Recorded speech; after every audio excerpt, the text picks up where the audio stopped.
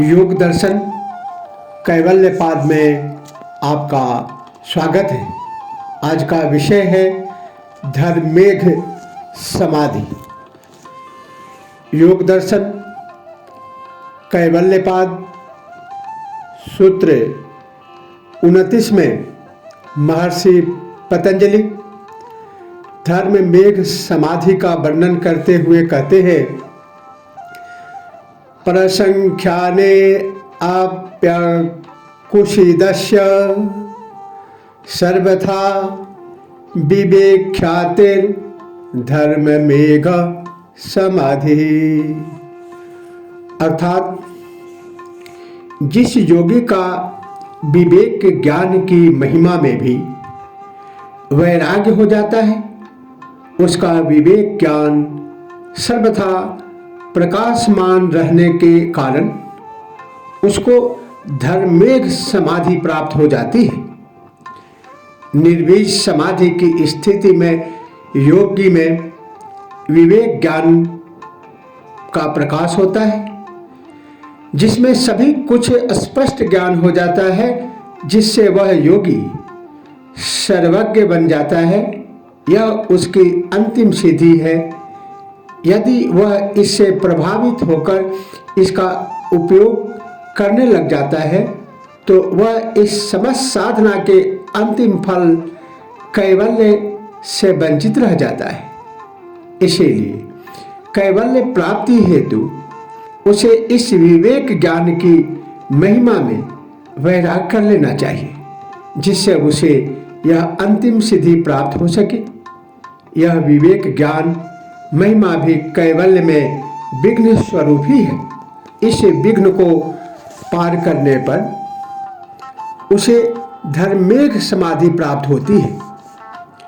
महर्षि पतंजलि सूत्र 30 में कहते हैं, तथा क्लेश कर्म निवृत्ति।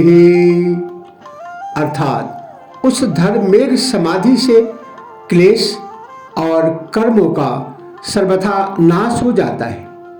जिस योगी को यह धर्मेघ समाधि प्राप्त हो जाती है, उसके समस्त क्लेश अर्थात अविद्या, अस्मिता, राग, द्वेष और अभिनिवेश सब नष्ट हो जाते हैं तथा कर्म संस्कारों का अनेक जन्मों का समुदाय अपने बीज सहित समूल नष्ट हो जाते हैं।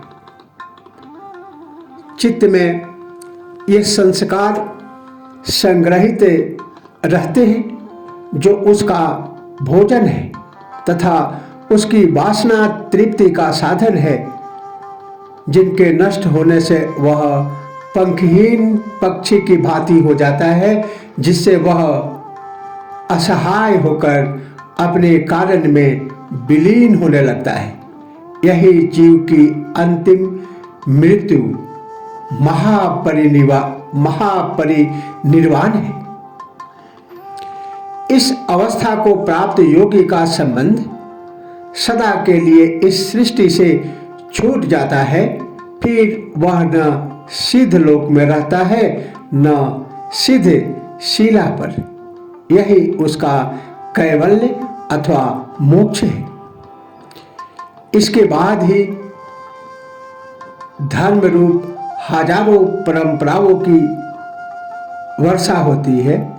इसीलिए इसे धर्म मेघ कहते हैं। धर्म रूपी मेघ की वर्षा का होना धर्म मेघ समाधि है। सूत्र 31 में कैवल्यावस्था योग दर्शन में महर्षि पतंजलि कहते हैं, तदा सर्वावरण मलापेतस्य ज्ञानस्यानन्त्या ज्ञेयमल्पम्।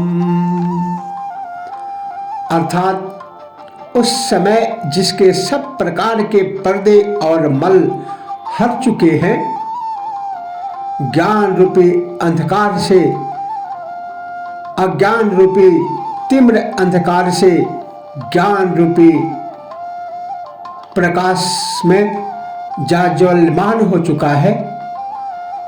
ऐसा ज्ञान अनंत सीमा रहित हो जाता है।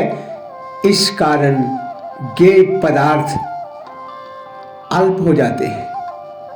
चित्त को अपनी सीमा है, चित्त की भी अपनी सीमा है। वह शरीर के साथ बंधा है। कर्म, संस्कार, वासनाओं आदि के कारण उसका क्षेत्र इतना सीमित हो जाता है कि वह शरीर, मन, बुद्धि, वासना आदि के बाहर देख ही नहीं सकता। उसका ज्ञान भी इसी कारण सीमित हो जाता है। स्वार्थ, मोह, भोग, ईर्ष्या, द्वेष, घृणा, तृष्णा आदि के घेरे में ही घूमता हुआ वह घानी के बैल की भांति, कोल्हू की बैल की भांति हो जाता है। किंतु आत्मा अनंत है, असीम है तथा सभी प्रकार के बंधनों से सदा मुक्त है।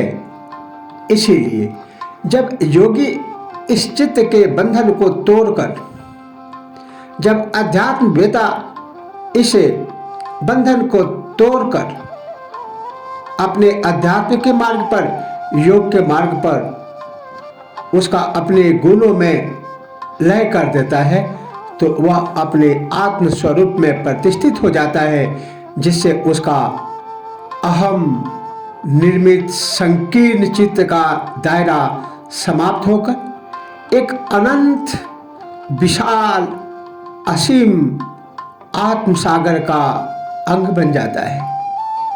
उसके सभी प्रकार के अविद्या जनित मल धुल जाते हैं जो उसके आत्म स्वरूप होने में बाधक थी। आत्मवत हो जाने से उसका ज्ञान भी अनंत सीमा रहित हो जाता है। इस कारण उसका अब तक का ज्ञान तथा ज्ञेय पदार्थ अल्प हो जाते हैं। यह सारा धर्म मेघ समाधि में होता है। ऐसे योगी का कोई भी तत्व अज्ञात नहीं रहता। यही उसका वास्तविक स्वरूप है, जिसमें वह सीमित को खोकर असीम हो जाता है। सब कुछ छूटने पर शून्य अवस्था आती है तथा आत्मस्वरूप हो जाना ही उसकी पूर्णता है। आगे सूत्र 32 में महर्षि कहते हैं, ततः कृतार्थानां परिणाम क्रम समाप्तिर गुणानां। अर्थात उसके बाद अपने काम को पूरा कर चुकने वाले गुणों के परिणाम संबंधी क्रम की समाप्ति हो जाती है। इस धर्म मेघ समाधि के बाद गुणों का कोई कार्य शेष नहीं रह जाता। उनका कार्य समाप्त हो जाता है। उनका कार्य समाप्त हो जाने से उनका परिणाम संबंधी क्रम समाप्त हो जाता है। अपने क्रियाशील गुण के कारण इनमें निरंतर परिवर्तन होता रहता है तथा इसी परिवर्तन के परिणाम स्वरूप अनेक रूपों का निर्माण होता है। यही इनका परिणाम क्रम है। इसके समाप्त हो जाने से ये भावी शरीर का निर्माण नहीं कर सकते। इसलिए वह योगी जीवन मृत्यु के चक्र से बाहर हो जाता है। सूत्र 33 में महर्षि कहते हैं, क्षण प्रतियोगी परिणामा परांतर निर्ग्राह्य क्रमः। अर्थात प्रतिपल प्रतिक्षण होने वाले परिणामों के पश्चात ग्रहण करने योग्य ज्ञान को क्रम कहते हैं। इस सूत्र में क्रम की व्याख्या की गई है। सृष्टि में जो भी पदार्थ दिखाई देते हैं वे किसी मूल स्वरूप का ही परिवर्तित रूप है। इसमें निरंतर परिवर्तन हो रहा है तथा भविष्य में इनका स्वरूप भिन्न भिन्न प्रकार का होगा। यह परिवर्तन भिन्न प्रकार के गुणों वाली वस्तुओं की क्रिया प्रतिक्रिया स्वरूप तथा समय के अनुसार होता है। प्रकृति की स्थूल वस्तुओं में भूकंप, ज्वालामुखी, वर्षा, बाढ़ आदि, तूफान आदि प्राकृतिक शक्तियों के कारण आकस्मिक परिवर्तन भी होता है, जिसमें एक क्षण में पृथ्वी के भूभाग में भारी परिवर्तन हो जाता है, किंतु वस्तुओं के गुणों में परिवर्तन धीमे धीमे होता है, मंद मंद से होता है, धीरे धीरे होता है, जिसे एक क्षण में इसे पहचाना नहीं जा सकता। जैसे बचपन, जवानी, बुढ़ापा, धातुओं में पारस्परिक परिवर्तन आदि, इन्हें अंतिम परिणाम के आधार पर ही पहचाना जा सकता है। वैज्ञानिक इसी आधार पर पृथ्वी, चट्टानें, स्थापत्य कलाएं, भवन आदि की आयु का निर्माण करते हैं। इसीलिए वस्तुओं के परिवर्तन स्वरूप जो परिणाम होते हैं उसी को क्रम कहा जाता है।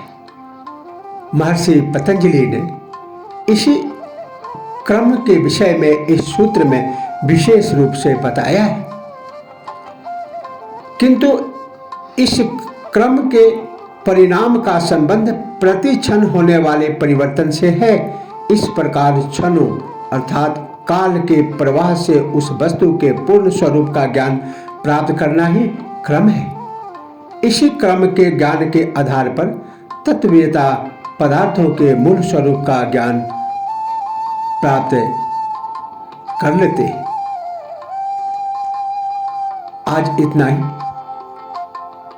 इसके बाद कैवल्य अवस्था, कैवल्यपाद योग दर्शन के अंतिम सूत्र 34 से कैवल्य के स्वरूप के विषय में विस्तार से वर्णन किया जाएगा। तब तक के लिए ओम नमः शिवाय, जय श्री कृष्ण, हर हर महादेव।